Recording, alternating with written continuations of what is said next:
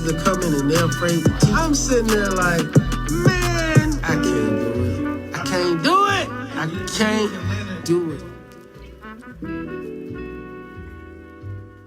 Good afternoon and welcome to another edition of Ask Mathis. I'm your host, Reggie Mathis, and rocking with me is my brother, Wild Man Teddy T, a.k.a. Baron Theo Mound-builder. Hello. So let's get into it, man. So your man, Zelensky, president of Ukraine, the dictator, is in D.C. to talk to his benefactor. You know, the benefactor who is basically like, you know, because of you, I got impeached the first time because you wouldn't come and say, you know, that Biden was dirty, which is what you've been saying from jump. You've been saying that between China and Ukraine, that's what Biden get all his dough. That's what you have been saying. Allegedly. So Zelensky comes hat in hand. You know, first and foremost, let's start off with the attire. Let's start off. What he was pissed off with first. Let's start off with the attire. So, you know, based on the attire, what say you, bro? I mean, I don't think he got the memo. I don't think he's in their boys club. You know, I'm thinking he's in there. You know, like remember Fidel Castro? Castro had suits, but he felt like, you know, he was still in the revolution. So because he's still in the revolution, you know, he won his people. And I guess Zelensky is like, man, I'm over here, man, and I'm in the presidential hotel, and I got all kind of room service and all kind of comforts, but I'm one of y'all. I think that's, you know, what he's trying to convey. And folks is like, well, bruh, once you get out of, you know, what do y'all call it in the military step? Once you get out of the theater of war, once you get out of the theater, you know, and now you safely in the United States, right? Like, even if you didn't carry a suitcase with nothing but drawers and personal, you know, items, you know, people certainly over here could have hooked them up with a suit. Yeah, I don't think he wanted. So it's symbolic. No, he definitely don't. And I'm just saying, it's straight symbolic. It's straight symbolic. But on our hand, knowing that this man has the whole weight of being the guy to lose the country, you the guy to lose the whole country. On you, remember, Buddy was a comedian. Like, Zelensky was like a famous comedian in Ukraine, you know, so he and Trump should really be. They was. Okay. But until he didn't play ball with him. He didn't play ball. Like, he couldn't wait to embarrass him. He was going to do this to him anyway, regardless. He told him, yeah, come over, we're going to work it out. He wasn't working out nothing. He just wanted to embarrass Well, no, him. he did. I mean, they had the agreement for the minerals. You know, so Trump was basically going to play him. He was going to play him. He was definitely going to play him. You know what I mean? And Buddy was here to sign, but he was just like, man, you just kept needling him. And I think it was when the vice president, when Vance jumped in. Oh, man. When Vance jumped in, bruh, especially since he been talking about him the whole time, you know, he's basically like, man, you got something to say? You know, and I think that just, you know, they was double teaming him. They was double teaming him, and I think, and then our Secretary of State, bruh, I think he was saying to himself, man, like, it's going to be a long 4 years, bruh. It's going to be a long 4 years because they just showed one of Marco Rubio's speeches, where he gave a whole history of Ukraine and the invasion and what you got to do and all that. And now he just sitting in there talking about, yeah, the man got to apologize. He like, what? Now they want the man to come and apologize. And if you saw the way the conversation went between Trump and Zelensky, like you said, Trump had his mind made up. He felt disrespected probably because of the clothes. Like Trump is like, hey man, he doing that for them, but and we the ones putting all the bread in. He gonna put on the suit when he come here. He gonna put on the suit. And Buddy just like, nah. And then one of the reporters, because the AP and the UP is not Reuters, they excluded from the press corps now. Now they got like conservative bloggers in there. So they got one of the dudes. One of the dudes in there was like, hey man, you here in the White House, man. Why you wearing a suit? As the dude asked, he's like, man, why you wearing a suit, man? Like, don't you think that's disrespectful? The dude just like, man, like really? Y'all brought me over here to do this, to clown me, man? Who cares what I'm wearing? There's people that's dying. My people over there dying right now. And y'all talking about this and that.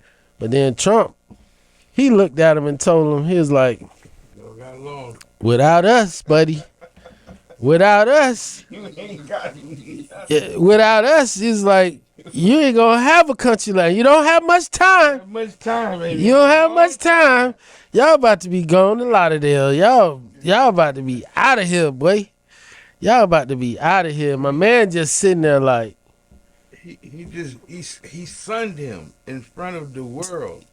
He sunned him so bad that the Europeans had to come have a meeting over the weekend to just try to help him have something, because Trump had already told the Europe countries that, I don't know if I'm rocking with y'all either. Yeah, so does being crazy or people thinking you crazy or unpredictable, is that do we like it? Step? Run that by me again. Does being unpredictable, do we like it? Do we like? Yeah, we love it. Do we like it? Yeah, we love it. Absolutely love it. Okay. Just like we have to have a certain level of respect for our adversaries. The ones we respect the most are the craziest ones. Mm-hmm. Right? Your Kim Jong-uns, your dictators that you don't know what's going on. You gotta maintain your posture when you address it. You gotta keep your head on the swivel. You gotta keep your head on the swivel. You gotta keep your head on the swivel. That's right. You never know when it could go left. Mm-hmm. And I think that totally went left, man. Because he's sitting up in there. He's like, wow, what am I gonna... He just jumped on the plane and went to Europe. Said, what y'all gonna do? So they say they're gonna do something. But that's the thing. The United States has spent way more money than they have, and they're the ones that have to deal with the problems. They're right there. Okay, so you sound like them. Yeah, so I feel like there's a lot of stuff. What's coming out is there's a lot of money that's just being spent, and we don't know where it's going. It's taxpayers' money. It's a lot of money, and the people didn't say that's what they want to do. The people didn't say, yeah, let's do that. Right. So you saying the people did not sign up to be the world police. We ain't signed up to be the police officers for the world. So, a lot of people say, and they look at, World War I and they look at World War II, as the example.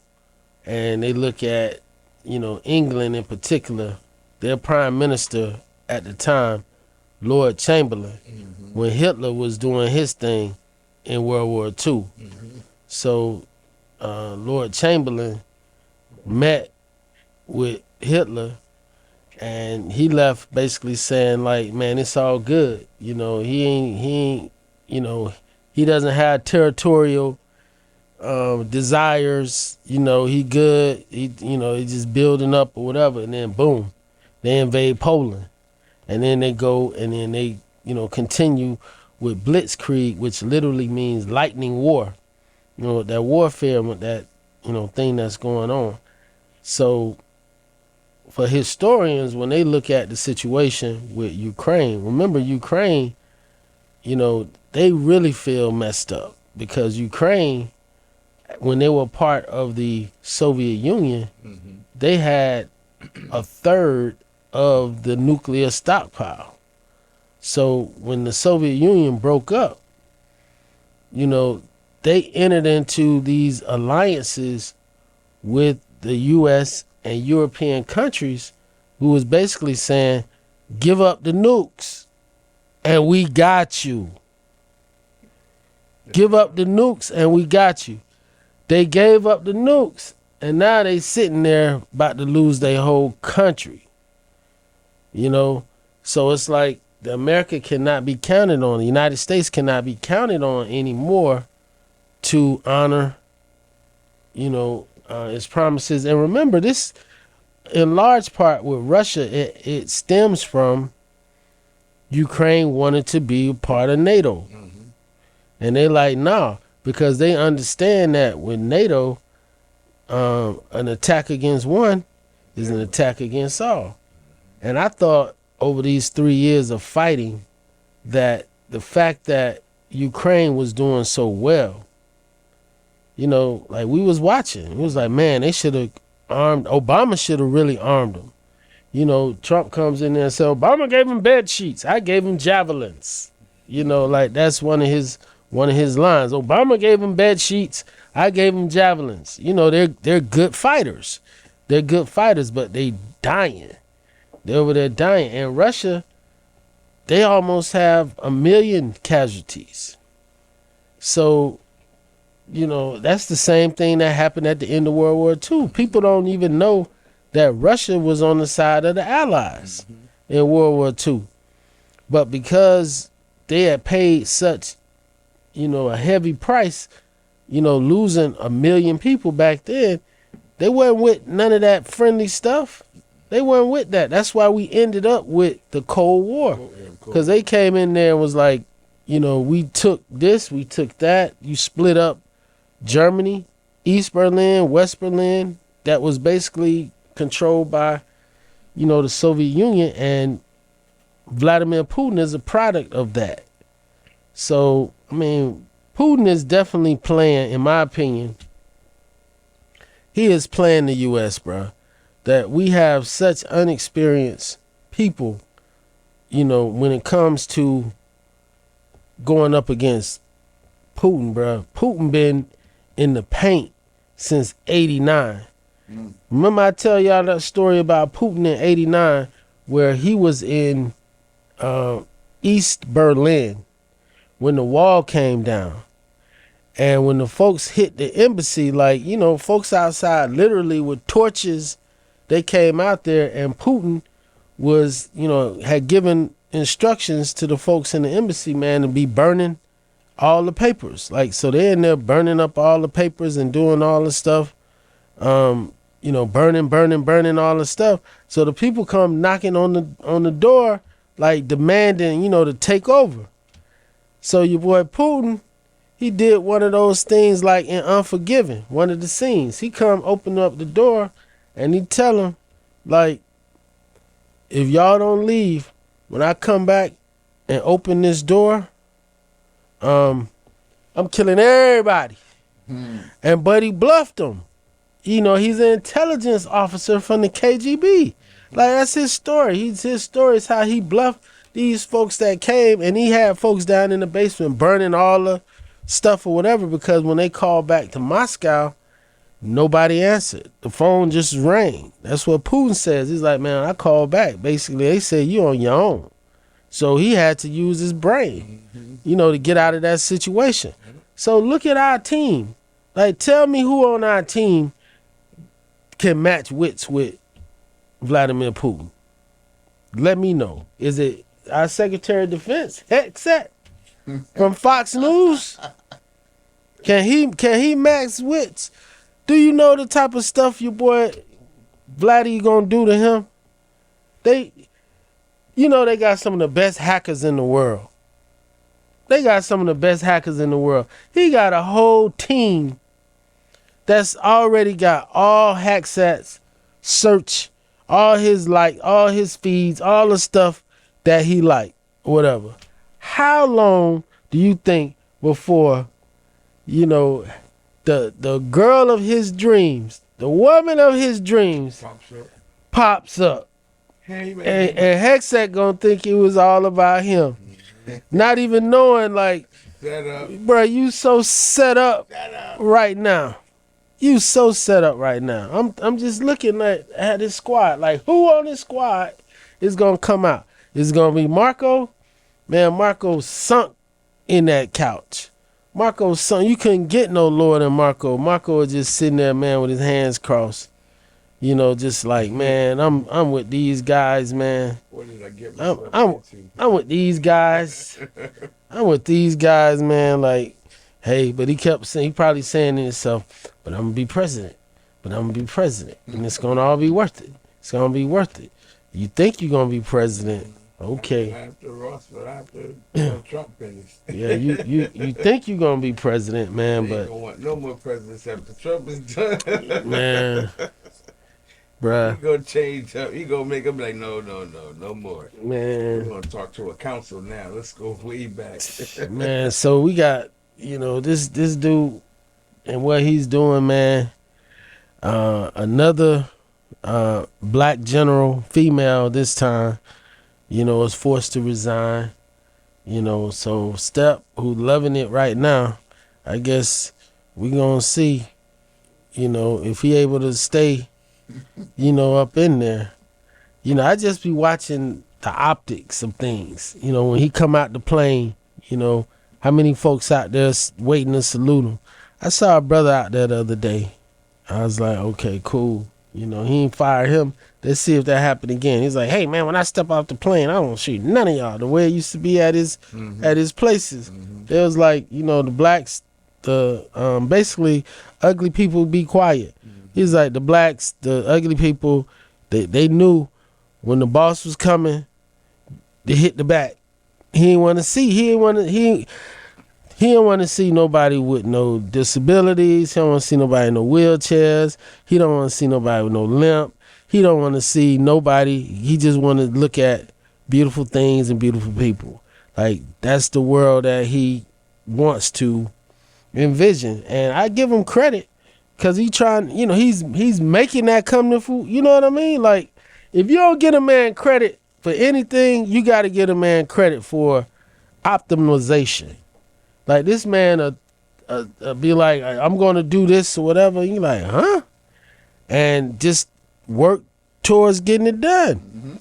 So you got to give him credit for that. That's true. You got to give him credit for that, man. He come in there and say something that sounds far-fetched, sounds crazy or whatever, and then we laughed when he said he was going to create a space force. Today we got a space force. We got a space force. When the man, when he came in there, was like, hey, man, when the president does it, it's got immunity. What he got now? And this man back in office. With it. Now the man is back in office where he is literally, literally untouchable right now. Literally untouchable. So one thing he just touched, man, was the HBCU Scholars Program, through the USDA Department of Agriculture. So you talking about your FAMUs, you talking about your North Carolina A&T, those agricultural, mechanical, agricultural, and technical schools, but they reinstated them after, pressure. Same thing when they removed the Tuskegee Airmen, out of, the training for the Air Force. So, they obviously don't feel that, black people have contributed, anything worth anything, in this society. So I think what that does is it creates an opportunity. I think it creates an opportunity for us to do, what we do. I mean, like, remember when after the Civil War, the compromise between the North and the South, for the slavery situation, for the actual free labor, and then in the 20s, the 20s to the 30s was some of the best independent black people living. Like they had land, even in the stock market crash. A lot of black people had money because they couldn't put their money in banks, and they saved businesses during the stock market crash, Cadillac and different other elements, because they had money. In the 30s, when you look at how Overtown and Harlem, these are the times when we, and integration, we were separate from everything. We had our own baseball, we had our own everything, and it just, we was going right past them. Tulsa, Oklahoma was during that time, the 20s. You know what I mean? So, I hope we go back to this situation to where we become independent in our own free thinking, and to do the things that we need to do to build ourselves properly. When you see what to what you guys did, what Freezy and Flo did, buying back to getting the plaza. And doing that, these are the things that we can start working on and doing to start seeing a better future. Yeah, man, definitely, absolutely. When you think about it, and I look at it, you look at it as a post Civil War era, and I look at it as a pre 1954 Brown versus Board of Education era, where you've always had some people. Like you always talk about, there were people in this country who were never slaves. There were some folks of African descent who owned slaves, but from the vast majority, of folks of African descent who had to endure some type of slavery, hard work. There were always folks. When you look at W.E.B. Du Bois, as far as the first African American to get his doctorate at Harvard, and that's big. There was no affirmative action, there was no DEI. That was just him doing a great job. And I was reading the story of I believe it was, if it was not J. Edgar Hoover, it was someone of great import who had a secretary who was passing. Like no one knew that she was actually black. So we've had folks who who've done it that way. You look at the NAACP starting with the Niagara movement. That's 1910. So you've had these successful people. My concern is for the vast majority of the folks. The vast majority, and that's where I think this administration, and I guess this administration, as far as dismantling so many things, they had the ability to leave a lot of people at the wayside. So who's going to take up the slack? People. Okay, but the people don't know, bro. They've been bogged down in video games and bottle service, and that's what I'm saying. They've been eating cake. they've been eating cake, and now it's like nobody's serving the cake.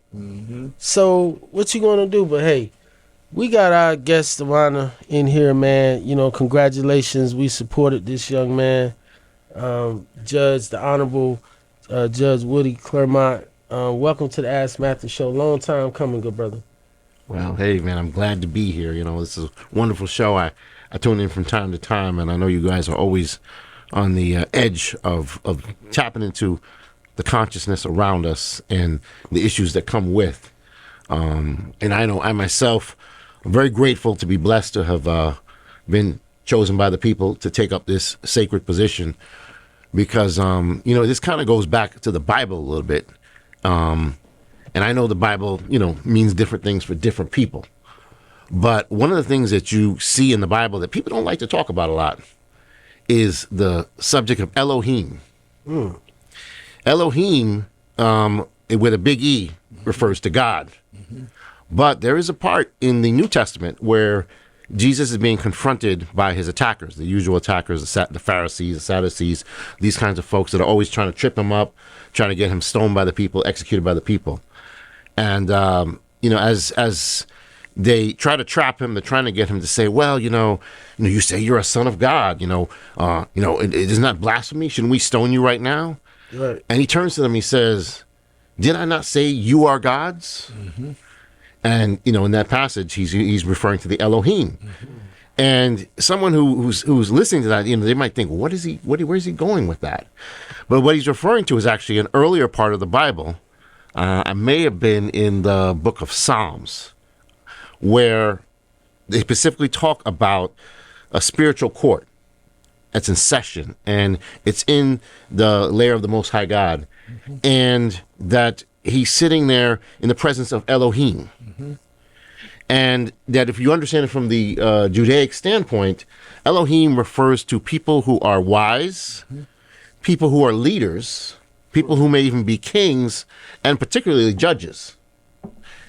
Because of the fact that when this title is used, it can be God with a small e, which is what makes people uncomfortable, because they're saying, are you saying people are gods? Mm-hmm. Yes, the Bible does say people are gods, because remember, in the very beginning, we are created in God's image. Mm-hmm. What does that mean? If we are created in the image of the divine, why don't we have divine qualities ourselves? But we do. We do.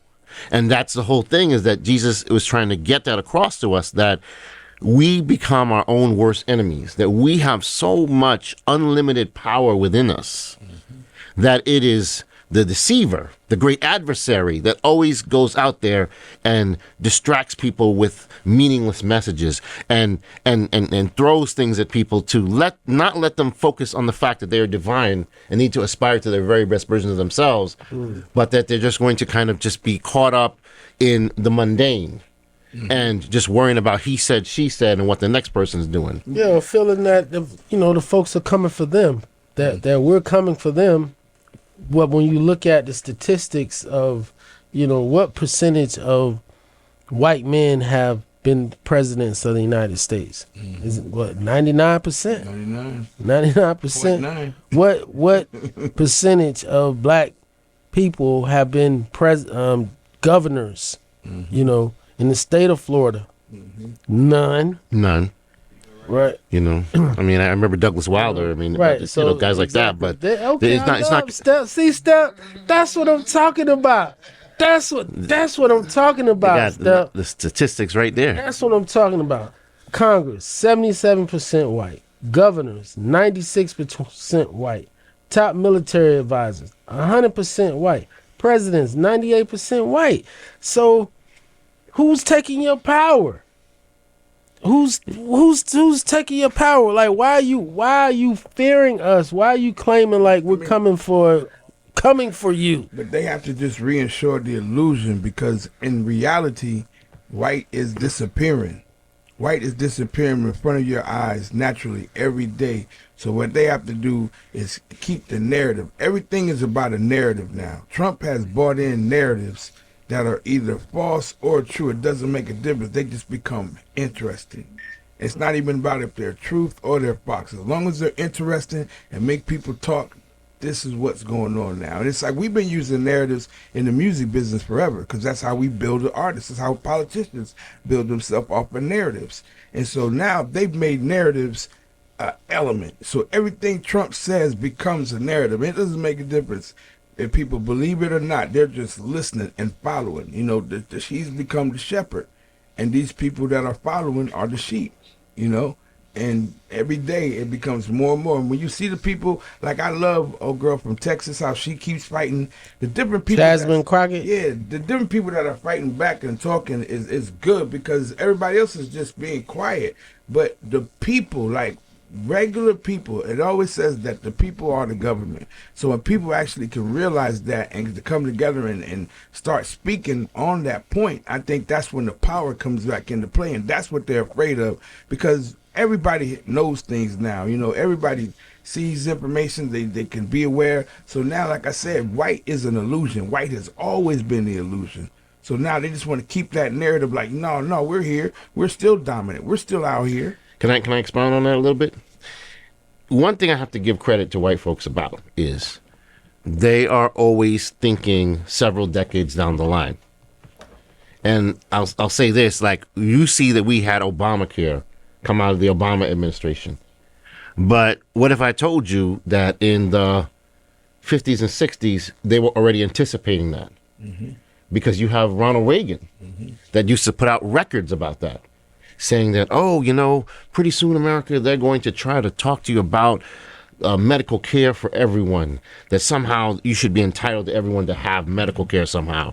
And, you know, I want to tell you right here and now, that's un-American, and that's even communist. And he's already laying out these lectures to start indoctrinating the white folks that who are listening to him, that, look, something terrible is about to come. It may not happen today, it may not happen tomorrow, but it will come, and you need to be ready for it to fight back against it, because it goes against our principles. When I was in college, already which terminology. You got 5 degrees, so which you was in college? Which I was in college which place? At Binghamton University in upstate New York, right? And I was having a conversation with a bunch of young white students. And one of them just started getting disrespectful, started saying, you know, look, the bottom line is that too many of, you know, the black folks are here that don't really deserve to be here. And I said, what are you talking about? Are you crazy? What do you mean they don't deserve to be here? And he said, look, man, you know, this affirmative action stuff, this is all reverse racism, man. It's all reverse racism. And, you know, we got to find a way to stop this, because, you know, you have these good white kids that their spots are being taken up by black kids. And I said, you are on some nonsense. But the language and the narratives they were speaking back then are exactly what is happening right now, with the dismantling of affirmative action, the dismantling of DEI. All these things were talked about back then. When I went to college, that was 1988. Okay? And they were already working on that. Now, here we are now, we're reeling from the losses and the setbacks, but they've been planning on this for decades. They knew right away that in their minds, they view life as a zero-sum game, because I don't view life as a zero-sum game. I believe, as I said before, we all have unlimited potential. But people who come from a place of lack, they're going to always want to be like, I need to hold the next man down. I need to keep him back. I need to keep them back. Because if they get to something that I need for my family, then I'm going to lose. And so I need to stop them at the gates before they even get close. Yeah, because that's where they come from. And when you see Europeans, you know, they came from the fact that we were the royals, that we were you talk about blackmail, that was what we were doing to them, the Moors and all these different people. So they don't want to go back to that. When you see how the Moors came in and they raised them, like I tell everybody, they come from caves, we come from pyramids. It's a total different lifestyle. It's a total different setup. So everything that they've got, they stole from us. You know what I mean? So they don't have anything of their own. So they don't know what's theirs. They just know what they took. You know what I mean? Well, I was put it this way. They have a gift. They have a gift, and that gift is that of, you know, they know how to take something and weaponize it. You know, like, it's all about the weapons, right? It's all about the weapons. When you look at the kingdoms, the great kingdoms of Egypt, you look at the great Kushite kingdoms, you look at Greece, you look at Rome, you know, it was the weapons and, you know, strength and whatnot. But where did, you know, the modern weapon come from? Came from Asia. Came from China. While they using it for fireworks, folks come in there and be like, you know what, I can convert this and weaponize it. And now we're in a period of, I would say, European dominance because of weapons. Because of weapons, followed by technology. But I would say technology, weapons, and use them interchangeably, because now with cyber attacks and cyber things, I think they are a weapon. So I think the technology right now, they're in control of the technology. And I think for our children, that's where our emphasis needs to be on that. Instead of the arts, It needs to be on technology and math, because that's what's running things right now. You know, to come out and be a great orator, you know, the richest man in the world can barely talk.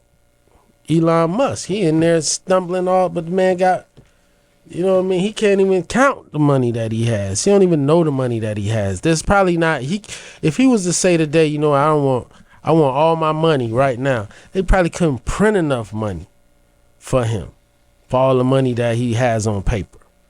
So, you know, in knowing what our strengths are, knowing that, okay, we come from kings and queens, we're the original, you go back to the Fertile Crescent, you take it wherever you want to take it, right? At some point in time, we have to give credit where credit is due. They came in, whether we taught them, you know, how we like to say that, you know, the Native Americans taught the Pilgrims, you know, how to farm and all that. But then at what point did they do what they did? The Trail of Tears. You know, it's like, hey, I learned from you. The Moors taught you how to bathe. You know, the Moors, you know, why do they call it the Dark Ages? You know, it's like going from the Dark Ages to Enlightenment and going to the Renaissance. It's because, you know, you're getting, you know, you're getting these things. You know, there was a professor that I took at Binghamton. His name was Dr. Ali Ibn Mazrui. He passed away a few years ago. But he was a very wise man, and one of the things that he stressed in his classes was that he talked about the fact that climate changes a lot of things. Because remember, you know, the out of Africa theory tells you that all of humanity, all of modern humanity came from Africa, came from the cradle of civilization, but that they spread out. If you look to one of the oldest folks found in Europe, that's Cheddar Man. What does Cheddar Man look like? He looks like a black man with blue eyes and like a very soft hair, right? And so here's what happened. This is what Dr. Ali Mazrui, you know, theorized. He theorized that when you come from a place of lack, right? In other words, in Africa, there was always abundance. There was always minerals. There was always resources. There was always gold, right? You talked about the Kushites and their empires and how they had so much wealth and abundance. Now you take a place like Europe. And, you know, Europe, the thing about Europe is Europe is all psychology, right? Because if you ever heard about the Mercator map situation, the Mercator map situation says this: the Earth, when you draw a map of it, you could have drawn a map of it any which way you wanted to. You could have put what was the North Pole on the South Pole. You could have put, you know, Australia towards the top. You could have turned it around. But psychologically, they put Europe at the top because it creates a sense of psychological dominance. But when you really look at Europe, you compare that to Africa, Africa could probably have 20 Europes in it because it's so tiny. It's a very tiny place. It's cold. It's hard to grow things there. So what Dr. Ali Mazrui hypothesized was that a lot of the folks who were developing in Europe learned how to deal with less. You know, when you have to sit there and say, I need a cave, I need to go inside this cave, because if I don't go inside this cave, I'm going to freeze to death. And I need to have food for the winter, because when things get really cold, I'm going to need enough food to get me through the long months of December, of January, February, March. You know? And so he stated that when you look at the idea of a cycle, right? They always talk about business cycles, seasons. A lot of that came from Europe because Europe planned around the fact that they had, you know, months of abundance and months of sheer lack. Africa didn't have that problem. So as a result, the Africans had these hearts of, like, we always have. And so the land is from God. And so we share it and we don't abuse it and we don't overuse it, right? Because we have so much abundance, we just have to learn how to share it and properly take care of it. But in Europe, it's the exact opposite. It's all about, that's where property rights all came from. Right, I was about to say Sir Isaac Newton's theory of labor, which is basically when you come in and you put a fence around your stuff. You're like, hey, this is for everybody. It's like, nope, I got to put a fence around it. Now it's mine. Now it's mine. You know, so I mean that's an interesting theory, Yana. So, how's it been? You know, how's it been? You know, on the bench. Like, what do you find? You know, going from the legal, well, the attorney world to the judicial world? Like, how do you find your role changing? Well, I mean, for me, I've always been a very diverse person. I mean, you raised earlier about me having all these degrees, which actually I have 9 to be in total, to be correct. There you go. All right. Correct me. And of which mathematics is one, economics is another. I have a bachelor's in mathematics and a master's in economics. And so I'm always thinking about the future. That's why I also have a master's in data analytics. I'm always thinking about the future because, as you said earlier, the future is STEM. The future is if you're not ahead of the curve, because now we're reaching a point where a lot of the manual labor is going away. We don't really need that here. Yeah, we need you used people. to say McDonald's. You go to McDonald's now, it's kiosks. That's what I'm saying. So you need to be able to learn how to work with the software. You need to learn how to work with the hardware and the engineering. You need to be one of those folks that can interact with AI, because AI now can solve a lot of problems. But if you don't know how to talk to AI or how to deal with AI or how to make it work for you, you're going to get left behind. But as to the bench now, the question you asked, as to the bench, I find that it's sad in some ways. I love the work I do. I absolutely adore being a judge. But it's sad because I want to say probably maybe 60% of my work is probably eviction cases. And so I'm dealing with all day long. You gotta follow the law. People who are, but hey, the law says my this is grandma's what it real sick, and hey, I got 5 kids, and one of them has palsy, and and you get all this over and over and over again. It gets very dreary.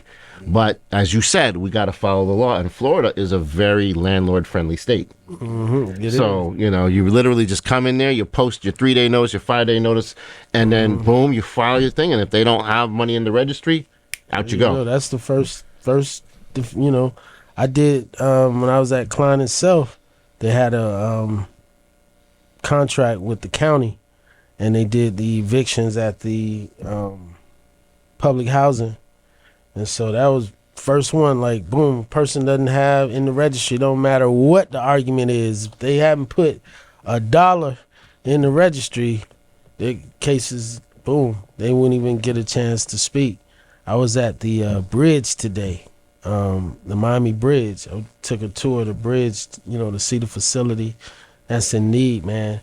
You're talking about, facility that has 10 girls, 10 boys. They said they've had folks as young as 10 years old, in shelters. We're getting more and more homeless kids.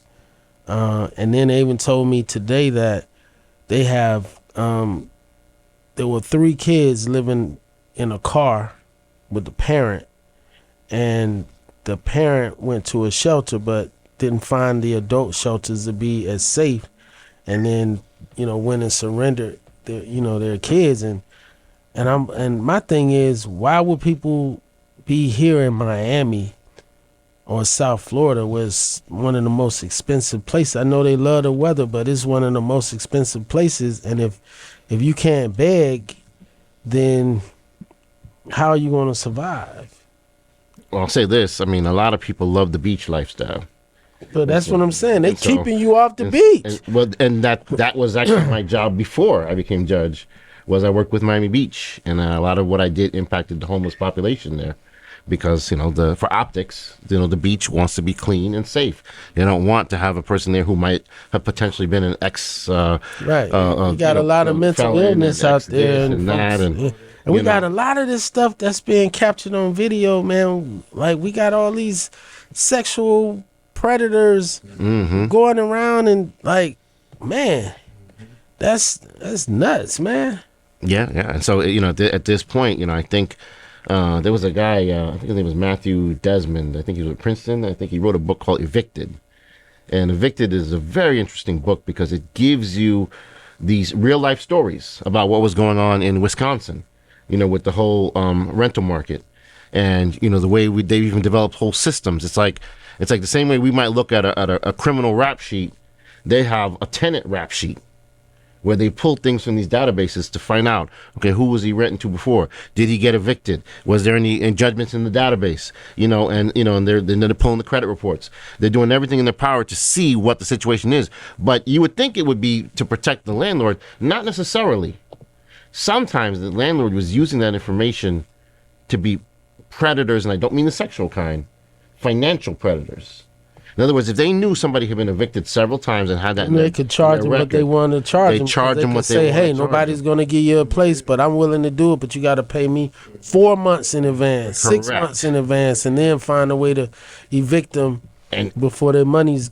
And you would find that if they even got wind, the person was going to leave. Like they're trying to save up a little nest egg so they can get somewhere better.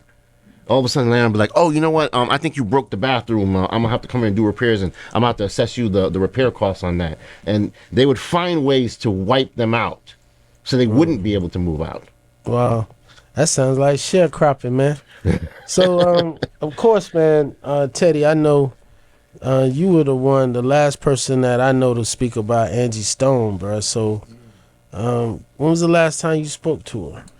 Oh, it's been a while because I had her son here not too long ago. Her and Deanna. Because I remember you mentioned her name, so that was in context with her son. Her son, yes. Okay. Yeah, her son was here, and then just the element of when I was doing the thing with Sugar Hill Records, because she was a part of Sequence, which was the first female rap group. Right. You know what I mean? And I just think it's crazy. Like they're saying that, how she came and started talking about, hey, I ain't been getting my royalties and this and that. Yeah, but that was Sylvia. She was signed to Sylvia. Sylvia allegedly screwed a whole lot of people. Yeah. She's the queen of screwing up people. But then after that, even like when she did her music, all the R&B stuff that she was making, she's saying she haven't gotten anything from that. And then she started explaining the setups of everything, and then she get into an accident Saturday afternoon. You know what I mean? And so everybody's like, because think about it, like everything that's going on now is crazy. The iHeart Drake settled situation, they settled. They didn't, they settled. So that means there was something, and now Drake is doing something else. You know what I mean? So it's a lot of that's, and of course, me being, where I've been at through this whole situation, it's a lot that can come out because it's been going on. You know what I mean? And so, payola, all these different situations that's going on, and how now the music industry is trying to just, they're trying to get rid of all the independents. They've always been so scared of independence because they come in and they change. So now Spotify, Universal, and Warner Brothers have sold them their catalogs. They do podcasts now. They do everything that is content. So it's hard for independent to sell records on Spotify. And then now, if you don't get 1,000 spins, if you don't get 1,000 plays within a month, then you can't get no money. You know what I'm saying? So it's so much stuff that the labels are doing to cut out. And everybody from Prince to Michael Jackson, anybody who's talked about publishing points, they're dead. Whitney Houston, dead. So we have to look at all these things because it's real, and nobody's making it up because it's too much. There's too many stories. There's too many elements. And Michael Jackson was definitely one of the biggest threats to those people with all the publishing that he owned and things, because they're just afraid that we start thinking for ourselves instead of contributing to them. You know what I mean? And the first person that does that, that's always when they like. I'm not ready to go down that rabbit hole with you, Teddy T. But but what I will say, and I'm speaking specifically to Leon Corn, who has made so much money in hip hop, where it's okay to spin the block, shoot up a funeral, shoot up whoever you want, but you say one thing that's anti-Semitic, and you can't do that. Like, I'm not advocating being anti-Semitic. I'm advocating, why is it okay for our kids and our women to be, belittled? You know what I mean? Like, no kid, no woman should be belittled.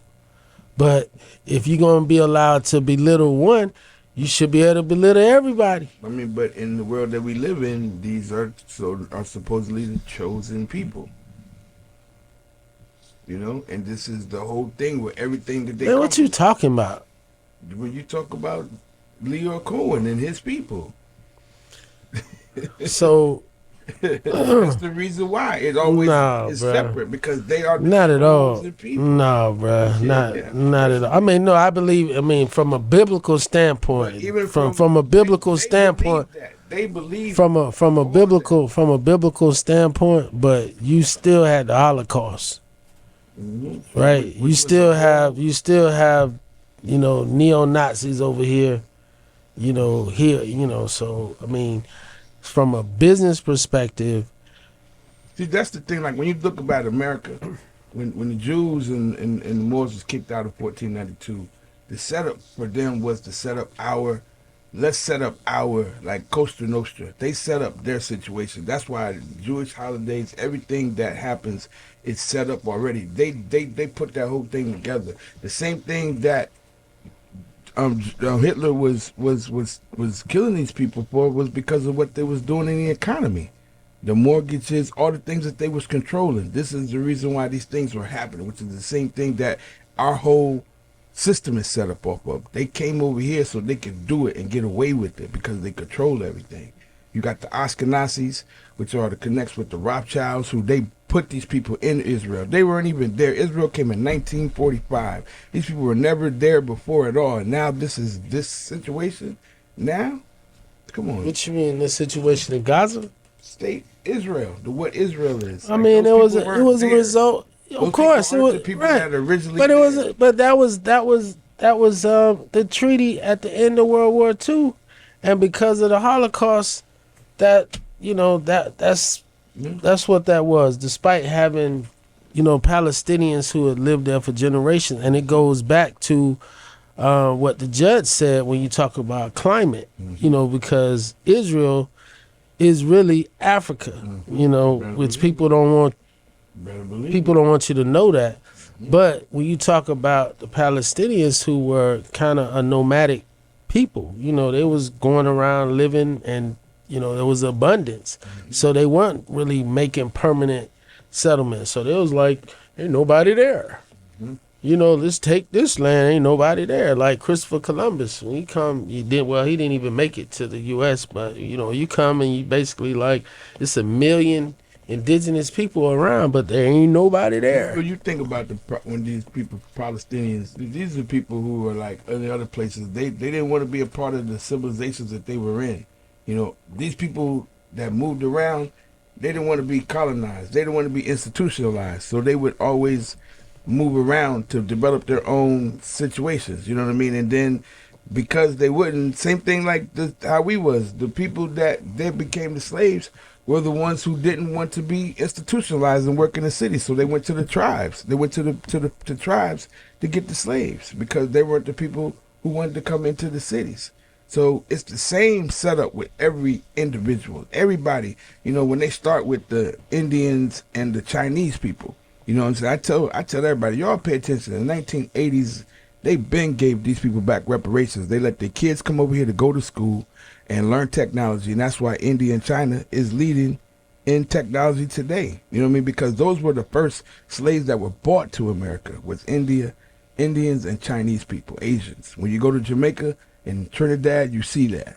And when they came in the East Coast and all that, North Carolina, AT&T, all these different schools were able to let Indians and Asian people to go to school because they were considered Native Americans. Because all these different ethnicities have been considered Native American once they touched America. So now when you see Trump doing this birthright situation, that's because of that. Because that's what they did. They came over here and had children born Native American from 1500. So you got from 1600 to 100 years of amalgamation to create the red man, which became the Indian. You know what I'm saying? Because all the Indians was dark-skinned, Negro, and woolly-haired. All of them. There was this called indigenous aboriginal people, But then, once again, like you say, the Middle East got separated. So now all these different elements, narratives. Now this is the Middle East. It's not Africa. Egypt isn't in Africa. It's over here. All these different narratives began to happen, and people didn't care because a lot of times they was being forced or educated to this information. The victor writes the history. There you go. The victor go to spoils, and they write the history. That's right. That's why it's called his story.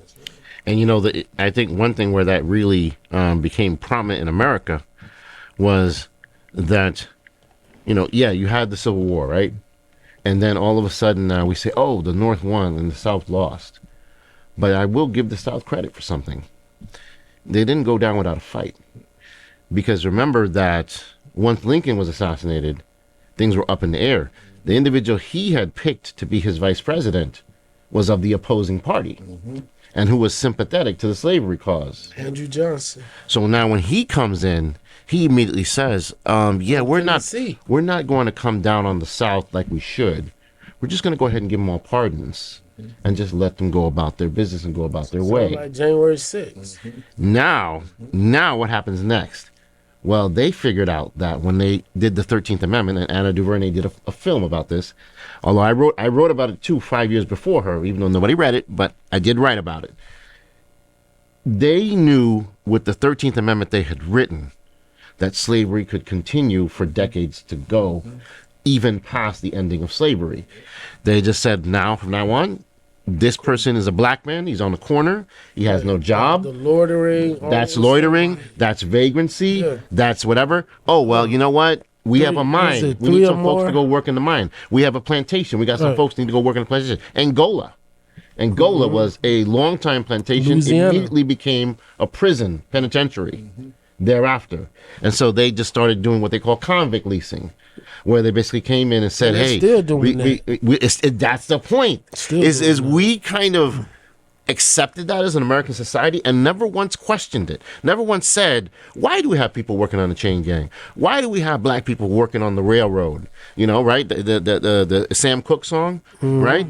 Why does that happen? It happened because they just turned around. Capitalism. Capitalism is always in need of a slave to low wage, labor base. And that's the whole point. The whole point is they learned that, yes, we lost, but just because you lose doesn't mean you can't rewrite your story. Yeah, well, I mean, the whole thing about going against and voting against your own interests because you made another interest, another category, and that category is race. You made the category of whiteness. Once you created this, what we talking about, race was created in 1500, and so when you talking about something that's superficial, that's made up, completely made up, because it's like, hey, we need y'all not to look over here, we need y'all to look over there, we need y'all to look over there, don't look over here. Like, well, we taking everything, it's their fault. It's just the people running around over there that's just barely making ends meet. And then you can say, well, at least you're better than somebody. You're better than somebody. So. And this is the trick now, is who used to be white? It used to be only Anglo-Saxon Protestants. Right. The Italians and the Irish were considered white. The Italians were put in internment camps in World War II. The Germans were put in internment camps in World War II. The Japanese were put in internment camps. We know that for sure because we've heard all about that. But there were a lot of these groups that they were not considered traditional white. The whites looked down on them. The Irish, and they looked down on the Irish. There are some folks from Egypt who are darker than all of us, who are classified as white over here. It's totally made up. Have you ever heard of the Sundry Act in South Carolina, the Sundry Moore Act, where they said that the Moors weren't considered under the Negro law, they was considered white. And after that, that's when the white naturalization, that's when they started really calling themselves white. Only white males were nationalized and all that. They didn't really start till after the Sundry Moore Act in 1780 something happened. And then they started really, because South Carolina, South Carolina and Virginia were the two places that a lot of our laws were created and are still in today. And that was one that Sundry law, because with the two. I wonder why that is, man. Because I know South Carolina with Fort Sumter, being the ones to fire, on the Union. First ones, they were the first ones to succeed. And then I was just reading the other day about George Washington and his lineage. Saying that his mother was a Huguenot. Yep. Saying mom was a Huguenot. Yep. And there's a lot of historical references talking about her as, being dark and him being dark, and what's the word y'all use? Hurley? What's the word? Swarthy. Swarthy. Yeah. Swarthy. Which I can't do it. I can't do it.